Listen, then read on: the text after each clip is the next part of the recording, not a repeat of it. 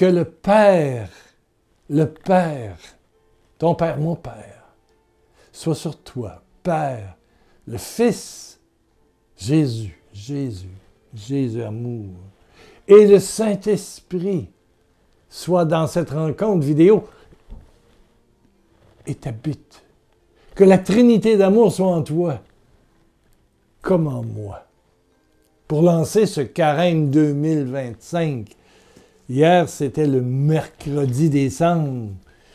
Pour ceux qui m'écoutent le jeudi, ben oui, on est là vraiment dans le carême pour 46 jours jusqu'à Pâques, 45 jours. Oui. Tu es poussière et à la poussière tu retourneras. Genèse 3, 19. Voilà. Tout début de la Bible, Genèse 3, 19. C'est une coutume de célébrer le mercredi des cendres en faisant une croix avec les rameaux de l'année précédente, au dimanche des rameaux qu'on a fait brûler. On prend la cendre des rameaux et puis on fait une croix qu'on trace sur ton front. Cette coutume du mercredi des cendres remonte au 5e siècle avec Grégoire VI. Si ma mémoire est bonne, je l'ai cherché. C'est Grégoire I, en 591. Voilà. Ça continuait une tradition juive. Voilà. Les Africains croient beaucoup à ça, la cendre, les ancêtres. Hein. Quand j'étais à Brazzaville, au Congo français, oui, Congo français, il y a le Congo belge, Kinshasa, où il y a beaucoup de guerres, la République populaire du Congo. Et puis il y a le Congo français, la République démocratique du Congo. Oui. Voilà. Et puis j'étais du côté de Brazzaville et au mercredi des cendres, il y avait la grande école pour préparer les sacrements de baptême et de confirmation. Mais il y avait chez les sœurs une petite école que je dirigeais quand j'étais là-bas. J'étais 5 ans à Brazzaville, en Afrique équatoriale. Et puis, le mercredi des cendres, on avait 3 ou 4 classes, 2 classes de filles, 2 classes de gars. Et j'avais amené des cendres pour... évidemment, tous les enfants sont venus et on a fait une belle liturgie. Et tout à coup, les voisins se sont mis à crier « il faut aller prendre des cendres ». Donc, tout le monde du secteur, c'était pas à côté de l'église Saint-Pierre de Brazzaville, à Bas-Congo, mais c'était un peu plus bas, chez les sœurs. C'est les sœurs de Javoué qui étaient plus bas. Voilà, un petit peu, dans le sud de la paroisse, proche du fleuve. Congo. Et j'étais là, j'avais un bon plan, hein, parce qu'il faut que ça marque. Hein, puis ils vont le garder jusqu'au lendemain, puis 24 heures, ils ne touchent pas à ce qui est. Puis quand tu as la peau noire, de la cendre un peu grise, ça paraît. Ça paraît moins chez nous, les Blancs, mais chez les Africains. Puis à un moment donné, le cœur, je fais un signe de croix, et je dis, parce que ces cendres soient bénies, et que ta mère soit guérie. Alors, je tenais ça comme ça d'une main. Puis l'enfant fait « Alléluia! Alléluia! » Sauf que le problème, c'est que mon pot de cendre que j'avais mis dans des petits pots à côté pour donner à mes catéchistes, ceux qui donnaient l'enseignement. Alors, je dois vous dire que j'en ai eu dans le visage, dans les yeux, j'en ai eu partout. Il m'a fait sauter les cendres. C'est le mercredi des cendres le plus signifiant de ma vie. Hein? Un Alléluia Schlunks. Alors, le jeune Pierre Lacroix, qui avait à l'époque 22 ans, 23 ans, j'étais tout jeune, je finissais ma formation en théologie là, pour être catéchète. Ça a été une expérience assez fantastique. J'ai continué, les sœurs m'ont amené de l'eau, puis j'ai envoyé ça dans mes yeux pour enlever la cendre. Bien, j'ai fini par être capable de continuer là, en clignant des yeux. Mais à l'époque du Moyen Âge, et, même avant, les gens mettaient dans leurs cheveux des cendres, hein, puis ils se couvraient le corps. C'était très important pour montrer qu'ils étaient pécheurs. Et puis que la vie a une durée. La vie terrestre, il y a la vie qui vient de Dieu, puis tu prends chair par ta mère, ton père, tu vois, un processus de fécondité. Et puis, il y a la mort terrestre, la fin de cet épisode-là, de ton monde à toi. Tu es né telle date, tu meurs à telle date. Puis après ça, il y a un nouveau monde qui s'appelle la vie éternelle. Voilà. Et pour être dans la vie éternelle, il faut déjà la recevoir dans une relation personnelle et très intime avec Dieu. Amen. Le carême, chaque année, j'essaie de faire un carême différent. Je vous propose, je vous suggère, et c'est sûr que si tu veux jeûner, tu jeûnes. Si tu ne veux pas manger de chocolat, tu ne mangeras pas de chocolat. Si tu veux jeûner une journée par semaine, prendre un petit bout de pain et un peu d'eau, puis manger que le lendemain. Espèce de ramadan. Il mange avant le lever du soleil, puis il mange après le coucher du soleil. Bon, dans la journée, il mange... Wow! On a beaucoup de pratiques, hein? On a beaucoup de façons de faire le carême. Moi, cette année, l'idée me vient de ma chère Isabelle. Oui, peut-être de Stéphane aussi, mais c'est Isabelle qui me l'a dit, qui me l'a écrit. J'ai trouvé ça bon. C'est basé sur l'Évangile de dimanche passé, qui disait, c'est dans Matthieu 7, en tout cas je le prends dans Matthieu 7, il est aussi dans Luc 6. Pourquoi regardes-tu le brin de paille qui est dans l'œil de ton frère alors que tu ne remarques pas la poutre qui est dans ton œil? Comment peux-tu dire à ton frère, laisse-moi enlever cette paille dans ton œil, alors que tu as une poutre dans la tienne? Hein? Bon, hypocrite. Jésus est raide. Hypocrite, enlève d'abord la poutre de ton œil et tu verras assez clair pour enlever la paille dans l'œil de ton frère ou de ta sœur. Bon. Est-ce que je garde des poutres intérieures qui viennent me rendre aveugle? Donc, j'ai décidé pendant les 46 jours du carême, le matin, pendant un mois, le mois de février, j'ai demandé au Seigneur de guérir mes racines. Là, je lui demande de trouver des poutres à l'intérieur de moi. Les poutres. Qu'est-ce qui m'empêche d'aimer vraiment? Est-ce que face... Bon, il y a des gens qui t'ont blessé? Moi aussi. J'ai demandé pardon au Seigneur si j'ai eu des idées croches, des jugements, de la haine, de la rancœur, puis peut-être que j'ai retourné le coup. Œil pour œil, dent pour dent. Oui. Peut-être que j'ai blablaté, j'ai fait de la médisance, de la calomnie. En tout cas, je veux dire, j'en ai. Oui. Plusieurs. Les blessures, là, c'est une longue liste dans mon conscient et mon inconscient. Alors, j'ai demandé au Seigneur, pas de les enlever, parce que la mémoire, si je veux qu'il efface ma mémoire, je vais devenir Alzheimer, mais je veux reconnaître mes amis, te reconnaître toi, puis reconnaître mes enfants aussi. Hein? Bon, c'est ça. Je ne veux pas être Alzheimer. Non. Mais je lui ai demandé de me montrer où étaient ces poutres de rancœur qui restaient au fond de moi. Et je vais lui demander ça 46 jours de temps. Donc, j'ai commencé hier. Aujourd'hui, jeudi, encore. Ouais.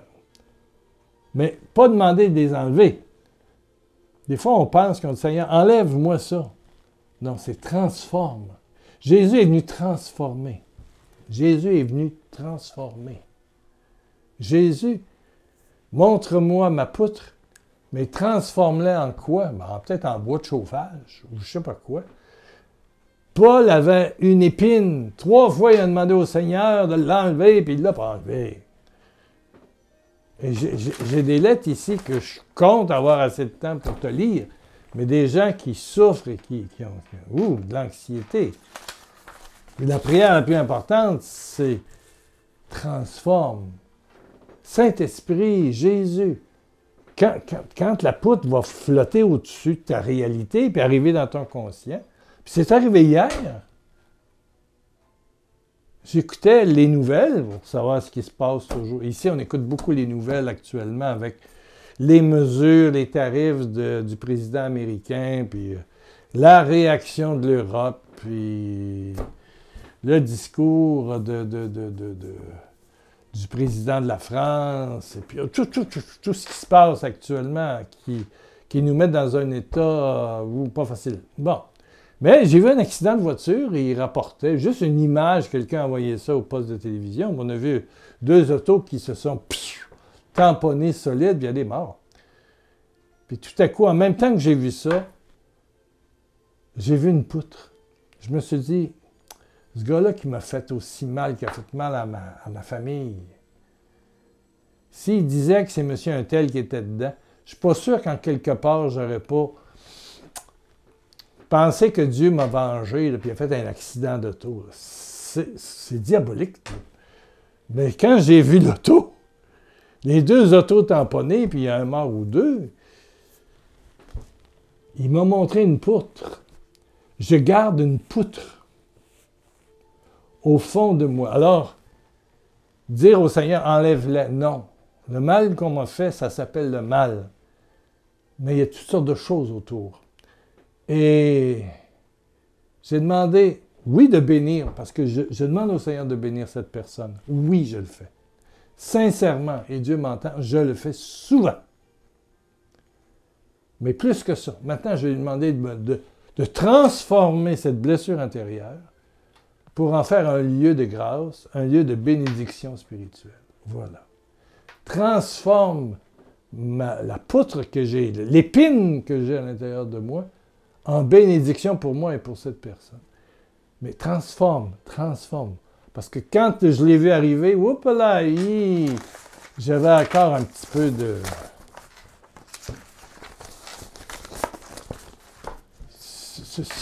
Je suis certain que c'est un carême facile, mais ça a plus de valeur, à mon avis, que, je dirais, de jeûner ou de faire un chapelet à genoux, de marcher monter Montmartre, monter à genoux partir d'en bas jusqu'à la butte de Montmartre, ou que ce soit l'oratoire Saint-Joseph. Ils font toutes les marches à genoux. Là. Non. Un petit peu de courrier. Il y a Claudine de La Réunion qui dit « Au mois de novembre, j'ai appris que j'avais une tumeur à la tête. Je me suis fait opérer en France le 11 décembre. Tout s'est bien passé. Je remercie de tout mon cœur mon Jésus d'amour. Merci pour tes prières, Pierre, et pour tout le monde qui prie pour les gens. Merci. Il y a Sophie de Carcassonne. J'espère que tu écoutes encore. Qui va passer dans les jours qui viennent un test très important pour toi, pour ta... Bon, elle s'est recyclée, elle a... Il y a un lieu qui a fermé, tu te recycles, et puis tu as des examens les 10, 11 et 12 mars. Ben, je pense à toi, là, Sophie de Carcassonne, mais depuis que j'ai eu ta lettre, bien sûr. Mon Dieu. Ici, il y a Joël pour qui je vais prier. Je suis très ému d'être parmi vous, dans votre famille, parce que notre rencontre s'établit dans une période que je sombrais au point de vouloir mourir à cause d'une énième déception amoureuse, et j'ai du mal à l'admettre. Un soir, je vous ai écouté à travers une vidéo et c'était un nouveau départ, et jusqu'ici, je m'accroche et appréhende la vie autrement. Je rends grâce à Dieu de notre rencontre. Bon, c'est un témoignage fort, là. C'est quelque chose, ça. Imaginez, énième déception amoureuse. Notre rencontre et son impact très positif dans mon quotidien. Puisse le Seigneur, à travers son Saint-Esprit, vous inspire davantage pour tous vos prochaines vidéos et rencontres. Je rappelle que je ne serai pas à Paris pour la Pentecôte. Non, j'ai été très occupé cette semaine et j'ai vu mon médecin et l'appel me dit mon opération est classée maintenant très urgente, mais le plus vite qu'ils peuvent le faire, c'est le 7 mai. Bon. C'est mars-avril, c'est dans 8-9 semaines. Bon. S'il y a une cancellation, il me passe avant. Alors, si vous voyez qu'une semaine, je ne suis pas là du tout, dites-vous que je suis à l'hôpital. Bon. Voilà. Est-ce que je serai capable de faire une petite vidéo comme vous avez déjà fait et de la mettre en ligne? Je ne sais pas. Et évidemment, Côte d'Ivoire est aussi annulée. Je le dis pour les gens d'Abidjan, tous les responsables sont avertis. Voilà. On me rembourse les billets que j'avais avancés. Mais il y aura d'autres Pentecôtes, puis il y aura d'autres rencontres possibles. Il y a ici quelqu'un des Caraïbes. Je change son prénom, Claire. J'ai 51 ans, je suis marié depuis 26 ans et le Seigneur m'a béni par 3 enfants. Ma vie de couple a été très tumultueuse pendant des années, il y a eu des hauts, des bas. À cause de cela, mon mari m'a trompé une fois il y a 24 ans. Il a eu un bébé avec sa maîtresse dont ils ont avorté. Mon mari a choisi de rester avec moi et essayer d'avoir des enfants. Bon, elle en a eu 3. Et puis, elle dit tout à coup, mon hiver récemment s'est écroulé. J'ai cru que ma vie était finie. J'ai su en fouillant, son mari avait avoué d'autres rencontres, je ne sais pas, que cette dame revenait et qui en fait était revenue à maintes reprises dans la vie de mon mari sans que je ne le sache. Mon cœur s'est arraché, mais le Seigneur m'a consolé. À travers cette épreuve, il m'a montré que j'avais mis mon époux sur un piédestal, transformé une épreuve, c'est ça qu'il dit, une nouvelle vision. Mon époux sur un piédestal, une grande dépendance peut-être affective aussi. Il fallait que je retourne vers lui, mon Seigneur, Jésus, Dieu. Ce que je fais, ma relation avec le Seigneur s'est renforcée et c'est lui qui maintenant prend la première place. Je me réveille, je m'endors avec lui, j'ai reçu une grande grâce de consolation. Puis actuellement, hop, la dame refait surface, fait de la pression, la lettre est longue. Elle dit, frère, comment orienter ma prière? Je ne peux pas demander à Dieu qu'elle perde cet enfant parce qu'il est supposé en avoir un autre. Si tant qu'elle soit vraiment enceinte, je prie pour elle, je la bénis, je lui pardonne de tout mon cœur car c'est quelqu'un de blessé. Mais comment prier pour cette dernière blessure si vraiment elle est enceinte? Frère Pierre, tous les jours que Dieu fait, je prie pour que la paix revienne dans mon mariage, ce que le Seigneur fait au fur et à mesure. Peux-tu m'aider dans ma prière? Ta sœur en Jésus-Christ, je l'appelais Claire, voilà, des Caraïbes, en quelque part, Guyane, Guadeloupe, Martinique, là, ces places-là où vous nous écoutez. Bon. Ben voilà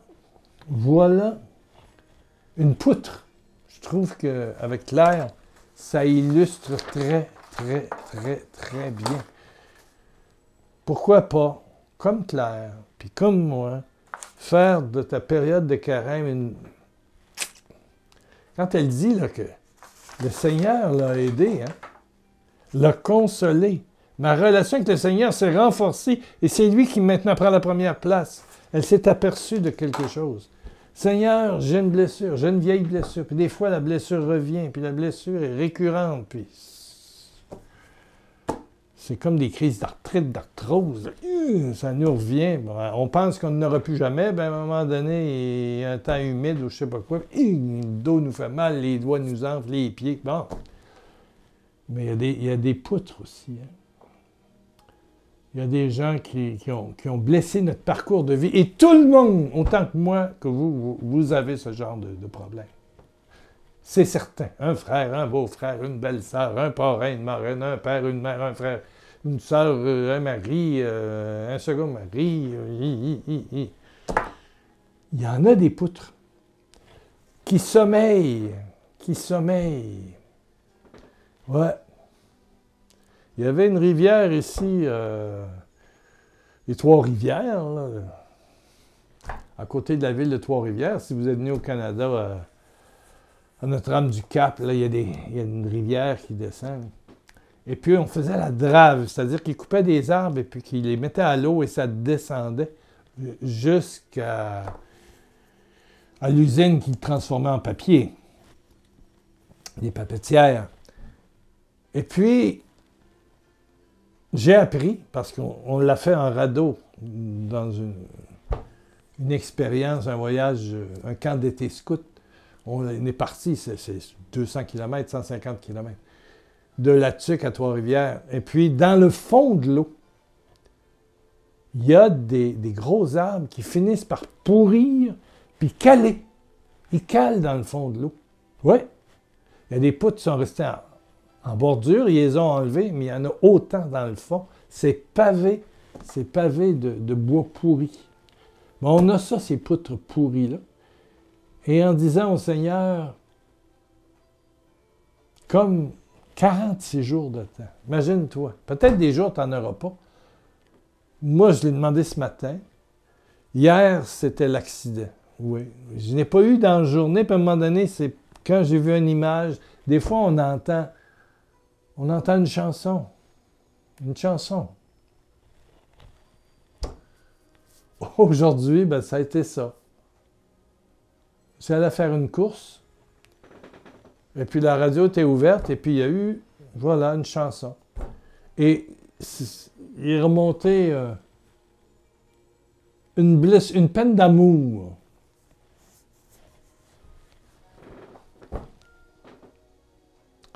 Je priais pas pour cette fille-là, mais elle m'a blessé. Et ça reste. Et je suis certain que ça l'a infecté quelque part des craintes face à ma femme quand elle était vivante. Je suis veuf maintenant, vous le savez. Mais j'ai pas dit au Seigneur de l'enlever. S'il enlève toute ma mémoire, je vais tomber à Alzheimer. C'est pas mieux, là, je veux dire. C'est resté comme on est, comme madame avec cette dame-là qui... Et puis ton mari, je veux dire, c'est un ensemble des deux. Ton mari est là-dedans aussi, là. C'est-à-dire, transforme. Par la puissance de ton Saint-Esprit, Père, je te le demande par Jésus, transforme cette poutre en lieu de bénédiction. La petite Thérèse d'Enfant Jésus dit, Dieu, quand il y a une blessure, il la ferme pas, il l'ouvre, puis il cicatrise. Puis à l'intérieur, il dépose une grâce, un charisme, une foi renouvelée, une confiance, une foi inébranlable. Une foi inébranlable. Il y a une dame ici qui prie pour son enfant, qui a une malformation. Oui, où est-elle? C'est très intéressant. Elle dit, est-ce que je prie trop, là? Oui, ici.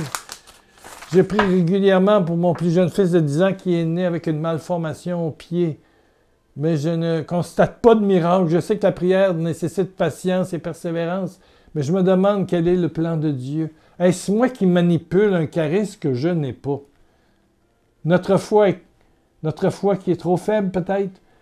La volonté de Dieu qui est autre? Parfois, j'ai le sentiment que la prière d'autorité, comme l'utilisent les évangélistes, « Au nom de Jésus », ils crient, là, force la main de Dieu. Dieu, non, tu ne peux pas forcer la main de Dieu. Quand tu cries, puis chez nous, on dit tu gueules. Quand tu pries, tu cries, là. Là, c'est un jeu émotif. C'est des fausses guérisons. Non. En tant que catholique, bon, j'ai appris à remercier de la souffrance et à l'offrir. Mais je souhaite quand même la guérison de mon fils, moi aussi, hein, et celle de tous ceux qui ont des problèmes comme ça. Comment se positionner? Ben moi, j'ai dit abandon, louange, amour. Mais demander à Dieu de transformer ta douleur. Peut-être ta culpabilité, ta tristesse, la transformer. Et faire que cet handicap au pied de ton enfant soit transformé en bénédiction. En bénédiction. En bénédiction. Ouais. Transforme. C'est une poutre que tu tires, ça. Ah ouais, que tu traînes. Ça traîne au fond de toi. C'est comme les billots. On appelle ça des billots de bois. Là.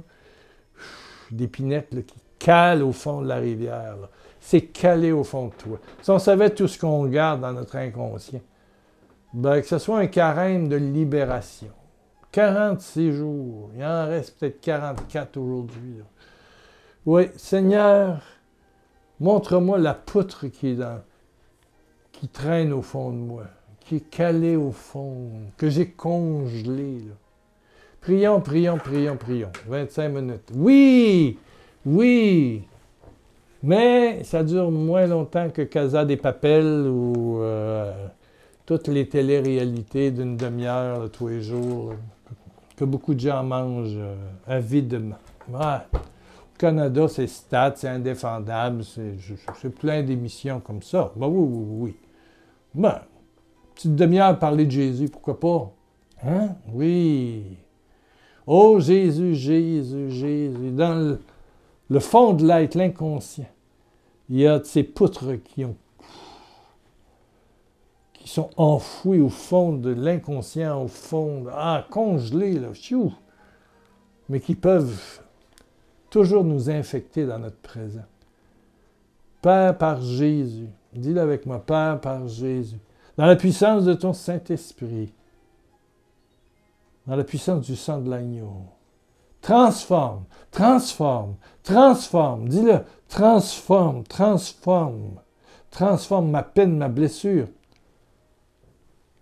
transforme cette poutre au fond de moi en lieu de bénédiction, de grâce. Transforme mes peines d'amour en lieu de bénédiction, de grâce, comme notre ami Joël dans son magnifique témoignage. Transforme, transforme en bénédiction, en lieu spirituel, d'où va jaillir la gloire, ta gloire, Père. Transforme, transforme, transforme, transforme. Amen, amen. Et bénis d'une façon spéciale mon ami qui est resté jusqu'à la fin de cette vidéo. Ouais. Ça, c'est important. On se revoit dans quelques jours. Amen, amen, amen.